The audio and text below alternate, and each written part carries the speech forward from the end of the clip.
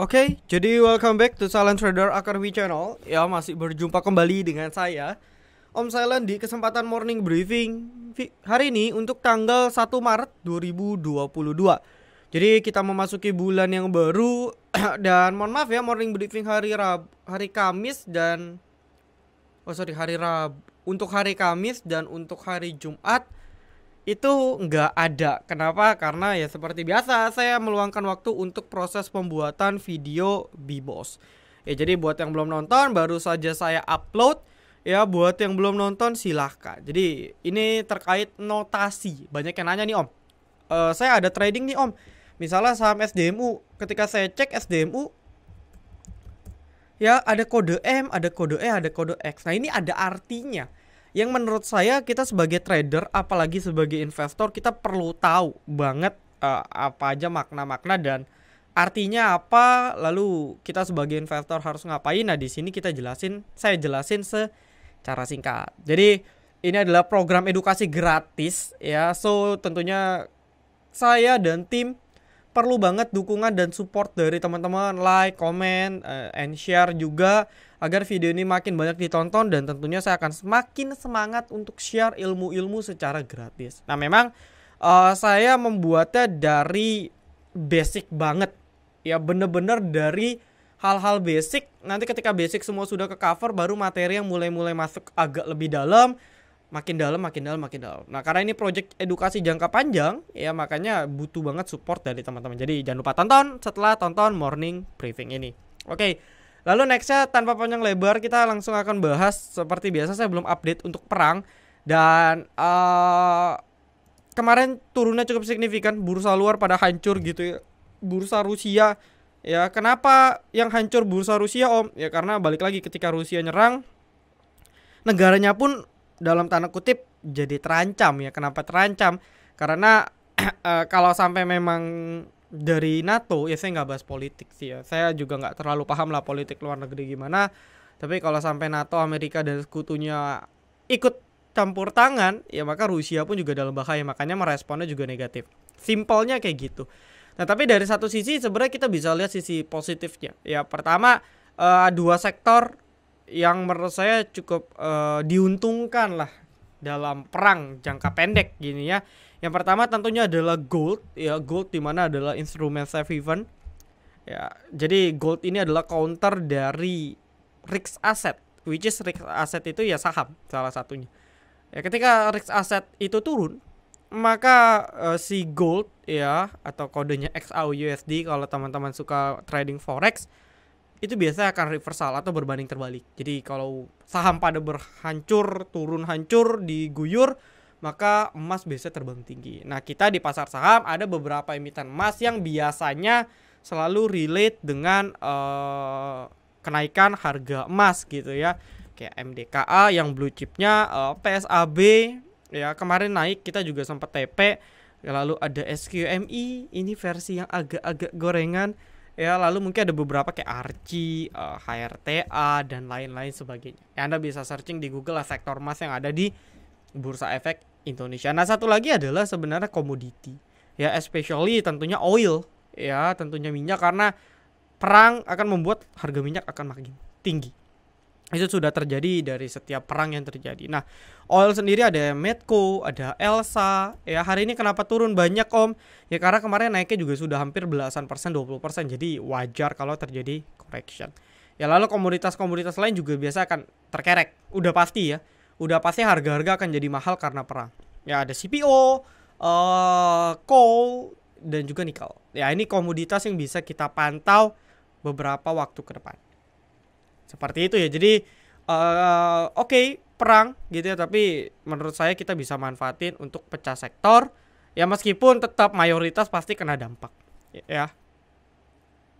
Kita pun di VVIP juga dalam sehari 2 hari ini juga banyak cut loss gitu ya. Dalam 1-2 hari ini kita juga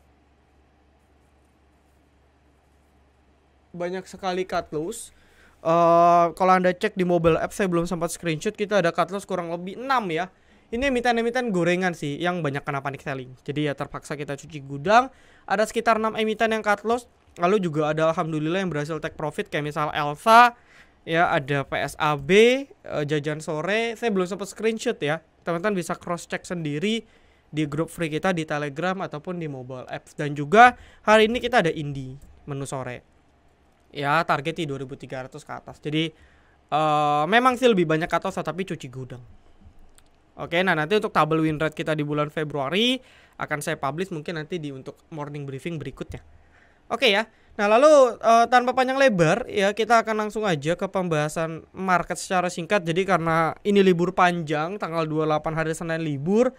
Jadi ya saya pribadi no comment. Kita nggak tahu ya 3 hari ke depan apa yang akan terjadi. Apakah terjadi damai? Kalau damai tentunya akan menjadi positif untuk market secara keseluruhan. Bisa jadi akan menjadi negatif untuk sektor-sektor yang tadinya diasumsikan akan diuntungkan dari perang. Nah itu biasa ada feedback tarik balik. Tapi kalau sebaliknya, kalau perang makin memanas, market mayoritas akan berasa tekanannya. Tapi beberapa sektor yang memang diuntungkan akan makin diuntungkan. Ya, jadi memang nih kayak dua mata koin nih. Ya kita nggak tahu dalam beberapa hari ke depan akan terjadi apa, so ya harus kita maintain. Karena ini dibuat di hari Jumat, jadi per sekarang belum ada update. Ya belum ada update terkait perang dan ya kita doakan yang terbaik aja. Ya mungkin detailnya kita akan diskusi lagi di grup free Telegram. Jadi teman-teman yang mau join grup free kami di Telegram, Anda bisa diskusi tanya-tanya jawab gratis pada saat live market di grup free. Linknya ada di deskripsi. Jadi silakan ditonton. Oke ya. Lalu nextnya kita akan langsung masuk ke pembahasan. Gimana Om cara nentuin area TP? Apakah di setiap resisten kita jual separuh? Untuk awal yes, itu cara yang paling aman. Saya dulu juga kayak gitu. Saya tarik resisten, dia terbang, saya jual. Ya, kena resisten 1 lepas. Kena resisten 2 lepas, sisanya pasang trailing stop. Kalau udah next level, kita bisa belajar pakai trailing stop. Ya, tapi kalau memang kita rasa marketnya masih wah ini marketnya masih on off nih, marketnya masih sideways, masih labil, ya nggak usah trailing stop, langsung jual aja di resisten gitu. Jadi itu fleksibel. Cuman prinsip saya kita harus benar-benar belajar untuk TP karena keuntungan real itu ketika kita sudah jual. Ketika kita hold dan kita belum jual, keuntungan itu belum real. Ya kalau istilah accountingnya itu unrealized gain. Jadi itu masih untung yang belum terrealisasi. Bisa aja kita hold, kita lupa, toto turun nggak jadi profit. Jadi better kita belajar TP minimal ya sedikit minimal kita TP. Hari ini BRMS juga mantap ya, ini volume tertinggi sejak hampir beberapa bulan terakhir. Ya hampir beberapa bulan terakhir ya memang isunya di grup Salim juga kencang banget gitu ya. Jadi akumulasi besar. Saya belum ngecek sih terakhir bandara siapa, tapi menurut saya harusnya akumulasinya cukup besar, masih lanjut ya, karena seperti yang saya bilang ketika dia berhasil breakout 156 nih udah minimal ya kepala 2. Dan mungkin arahnya akan di sana dulu sebelum dia correction. Ya sebelum dia correction jangka pendek. Kayak gitu ya. Jadi Anda bisa atur-atur belinya pas merah itu lebih baik. Ya belinya pas merah aja menurut saya itu lebih baik. Oke.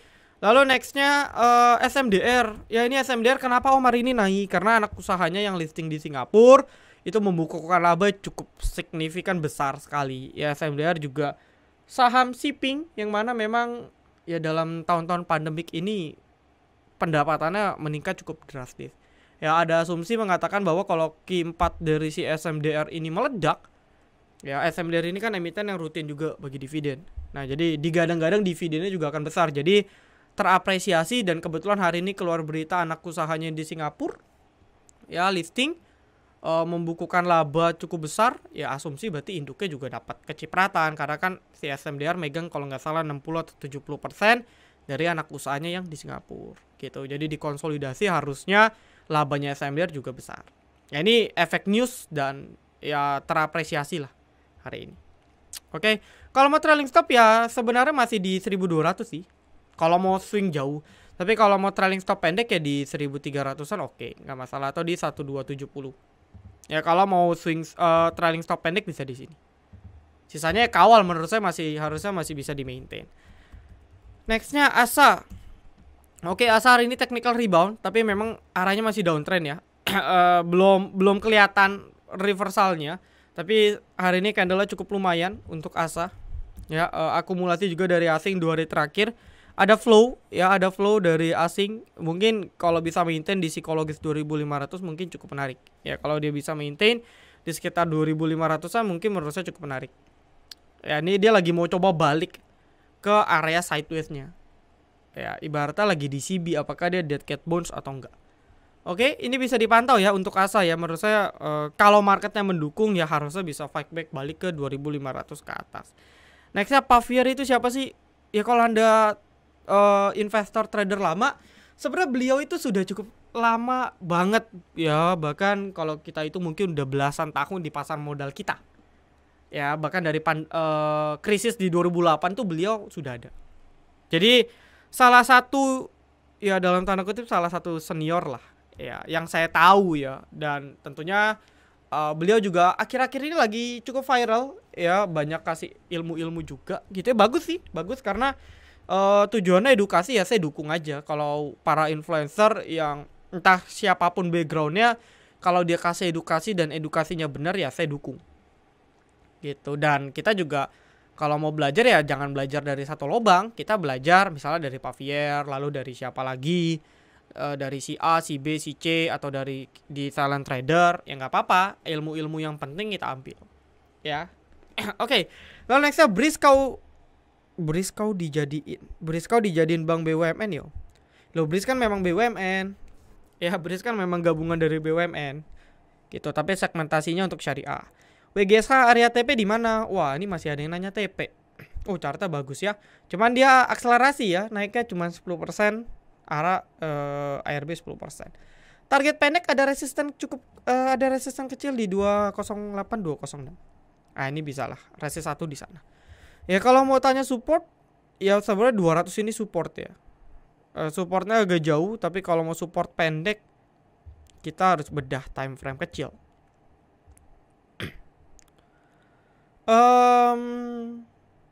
180-an ya, bener ya, atau 188 oke lah kalau mau ya. Area 188 kalau mau coba bisa 188 187. Ya, mungkin area support 1 di sana. Oke.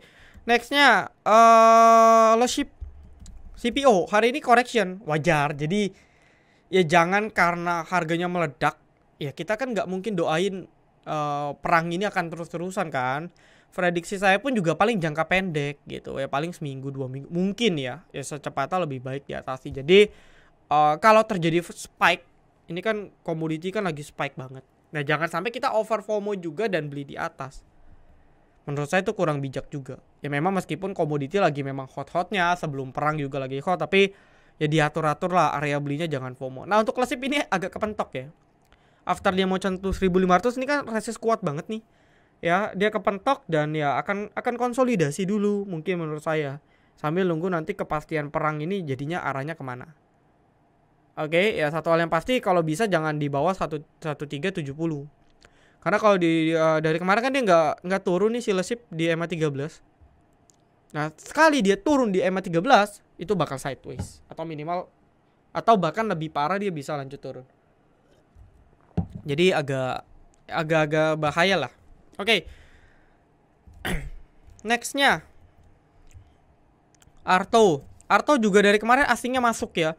Bahkan hari ini ada volume terbesar karena kalau nggak salah Arto ini masuk indeks apa ya, saya lupa deh, MST ya kalau nggak salah ya, koreksi kalau saya ada salah ya. Jadi teknikalnya bagus ya, meskipun ya belum confirm, tapi saya rasa teknikalnya better.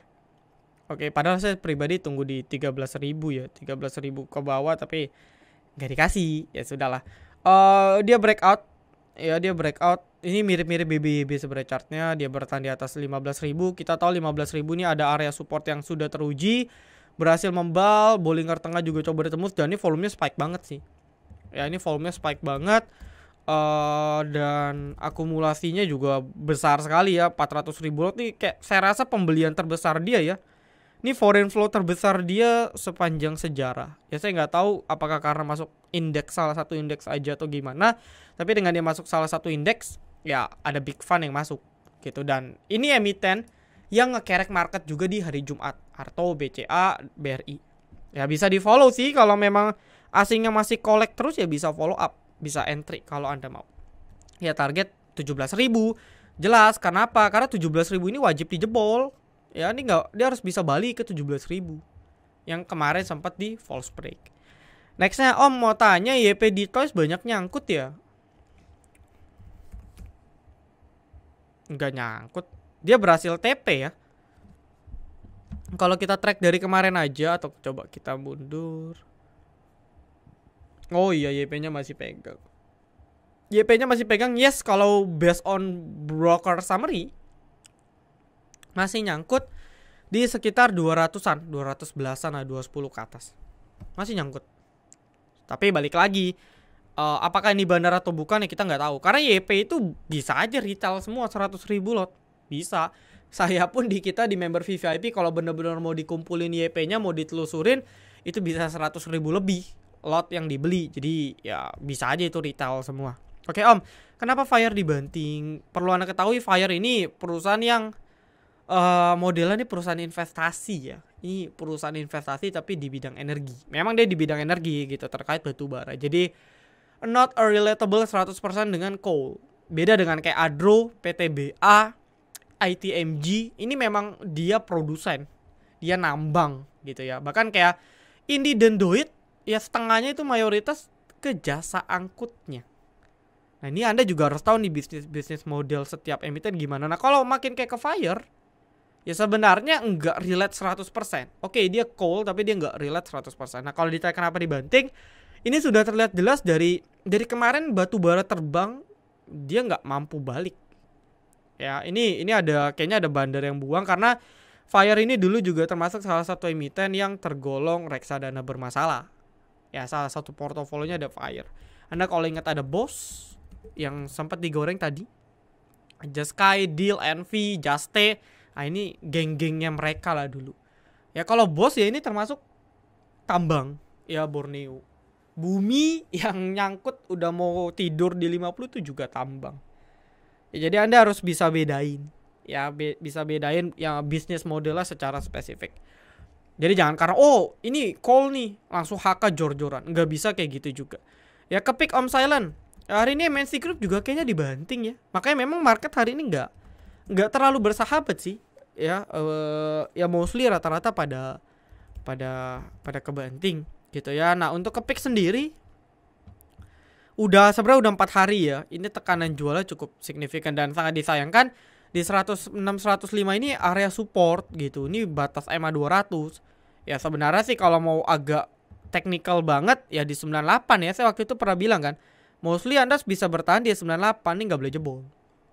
Dulu ya kalau Anda ingat morning briefing waktu awal MNC Group digoreng, bener aja habis sentuh 98 dia terbang. Nah sekarang akan uji balik. Nah kalau dia nggak mampu, ya dia akan main di bawah. Ya kalau dia nggak mampu jebol 98 sih ini worst banget. Ya meskipun balik lagi MNC Group ini bisa aja tiba-tiba di HK ARA. Nggak ada yang tahu kalau MNC Group, ataupun ya emiten-emiten gorengan kita nggak tahu. Hari ini chartnya jelek, besok ada yang goreng sampai ARA, chartnya berubah. Tapi kalau kita asumsikan nggak ada bandar yang tiba-tiba HK nekat goreng, ya arahnya ke bawah.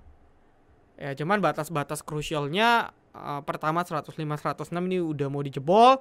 Itu last defense menurut saya cukup penting di 98. Kalau itu nggak mampu lagi ya jangan maksa di keep terus ya. Next ada The Gig juga buat low baru. Banyak ya, kita pun banyak cut loss juga karena banyak yang panic selling dan ya teknikalnya hancur semua. Belum ada bandar yang HK. Untuk The Gig juga jebol di 100. Sebenarnya jebol di 165, 164 nih udah kurang bagus ya. Lalu dia jebol lagi di 157 ya, maka agak sedikit kurang bagus. Nextnya sebenarnya nggak ada support kuat. Hanya ada beberapa support kecil di The Gig. Jadi kalau nggak ada yang carry, ya maka bukan nggak mungkin dia akan uji sama 200-nya. Ya di sekitar 130-an, mungkinnya 130, 120. Mungkin ini area best buy banget sebelum dia technical rebound. Ya kalau nggak ada yang carry, nggak ada yang ngegoreng, maka penurunan targetnya ke sini. Habis itu mungkin dia bisa rebound dulu atau lanjut turun lagi. Tapi yang jelas ini udah agak patah ya. Jangka pendek ini udah downtrend. Dari semenjak dia jebol 200 sebenarnya. Semenjak dia jebol 190. Ya, makanya Anda perlu belajar teknikal. Karena simple teknikal ini cukup tahu support resist sebenarnya ya. Kunci pertama jebol di sini udah. Ini udah downtrend pendek. Ya, apalagi kita tradingnya trading harian. Ya kita harus cut loss. Kenapa? Karena dia jangka pendeknya turun. Gitu ya. Nextnya baut, saya no comment ya untuk IPO, ARB terus. Saya no comment ya kalau untuk baut. Cash 100% om, rekom yang menarik. Kondisi perang, Anda bisa cek komoditi. Sama kalau Anda yakin banking masih gila, masuk ke banking. Ya cari aja yang agak lagging. Kalau BNI, BRI kan unik kayaknya udah agak tinggi, apalagi BCA ini udah mau all time high. Paling kalau mau kayak mungkin BMRI atau sebenarnya BRI naiknya belum terlalu banyak sih. Ya dia highestnya masih cukup tinggi ya, kalau mau silakan. Atau version digital lah ada Arto kalau mau. Ya kalau enggak ya komoditi lah. Minimal call ada satu lah. Ya karena emiten call biasanya kan bagi dividen. Ya di bulan April Mei. Jadi bisa coba spekulasi karena harusnya LK emiten batu barat gila semua. Ya next FPNI no comment, ini emiten cuman gerak karena dipom-pom. Kalau nggak dipom-pom ya balik lesu lagi. Jadi saya no comment. OBRMS sudah, TAPG. Ini emiten CPO. Ya ini emiten CPO. Ini grupnya gengnya bareng Astra nih. ASA, ASLC.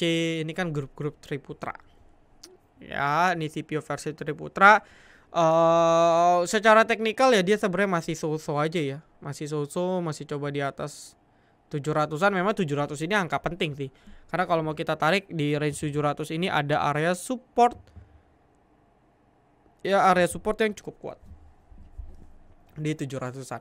Jadi ya kalau bisa jangka pendek jangan jebol. Kalau jebol dia akan butuh waktu untuk konsolidasi lagi. Tapi balik lagi ya, kalau chart kayak gini dengan kondisi perang yang terjadi saat ini bisa berubah banget. Kayak kemarin sebelum perang di hari Kamis, hari Rabu banyak chart bagus, tiba-tiba dibanting. Atau di sesi 1 di jam-jam 9 sebelum dibanting, chartnya bagus-bagus. Tapi sekali berita keluar ya hancur semua. Gitu. Jadi kita memang harus sering-sering update juga untuk kondisi-kondisi di bursa luar. Ya PMMP, kalau PMMP ini perusahaan yang stabil ya. Perusahaan stabil, perusahaan fundamentalnya juga cukup sehat. Base support masih di 420. Ya Anda mau cicil-cicil silakan Vi. PMMP menurut saya ini emiten yang cukup stabil dan harusnya sih nggak sampai jebol ya. Jadi kalau mau coba swing-swing pendek, swing-swing agak panjang dan sabar dan aman ya mungkin PMMP bisa dijadikan alternatif. Juste belum ada momentum. Nextnya PSKT. Nah PSKT juga emiten salah satu yang kita kena batas. Ya kita ada kena batas CSIS, PSKT, Jawa.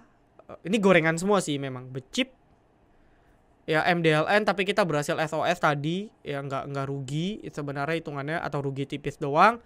Sama apa lagi ya? Becip, Jawa, PSKT. Nah Anda cek di grup deh, atau cek di mobile apps kita itu udah ada. Nah PSKT kita jebol karena kita main pendek. Ya saya pribadi sih masih wait and see ya, dan nunggu lagi sih. Nunggu udah stabil saya akan serok di bawah karena menurut saya masih bisa diperhatikan. Next support ada di 100-101. Ini adalah angka krusial yang harus kita pantau untuk PSKT, dan ya kalau ini masih kuat saya rasa masih ada peluang. Ya saya rasa masih ada peluang karena dari kemarin turun tapi nggak ada distribusi masif sebenarnya. Jadi ya harusnya sih kalau bandara mau komitmen digoreng, harusnya dia nggak akan kasih turun lebih jauh lagi. Tapi balik lagi, kalau dia main di bawah 100 akan butuh waktu recover yang lebih lama. Ya, akan butuh recover yang lebih lama. Gitu ya, dia akan butuh waktu recover yang lebih lama untuk bisa naik. Ya, kuncinya di 100-100. Oke, jadi saya rasa cukup. So, thank you banget buat teman-teman yang udah tonton. Mohon maaf ya morning briefing sekarang nggak bisa setiap hari. Ya karena saya juga komitmen untuk kasih edukasi gratis ke teman-teman gitu. Jadi ya mungkin ada 1-2 hari di setiap morning briefing dalam 1 minggu saya off-kan untuk pembuatan konten edukasi gitu ya. Jadi didukung program-program kita biar saya dan tim tetap semangat untuk kasih edukasi secara free kepada kalian. Jangan lupa di share-share juga, karena ya balik lagi ya, jarang orang atau influencer yang benar-benar pure mau kasih edukasi itu gratis. Ya nggak ada embel-embel, paling paling muncul iklan gitu di videonya, dan itu pun kan kalian gak bayar ya, cuman modal kuota, modal wifi kan nggak gratis gitu ya. Jadi ditonton aja ya, ini akan panjang, mungkin bisa puluhan sampai ratusan video, tapi yang jelas ini bisa mengedukasi biar Anda ke depannya bisa jadi mandiri. So, saya rasa cukup. Happy long weekend teman-teman, tetap jaga protokol kesehatan. Salam Shadow Academy, be silent, be patient, be cuan.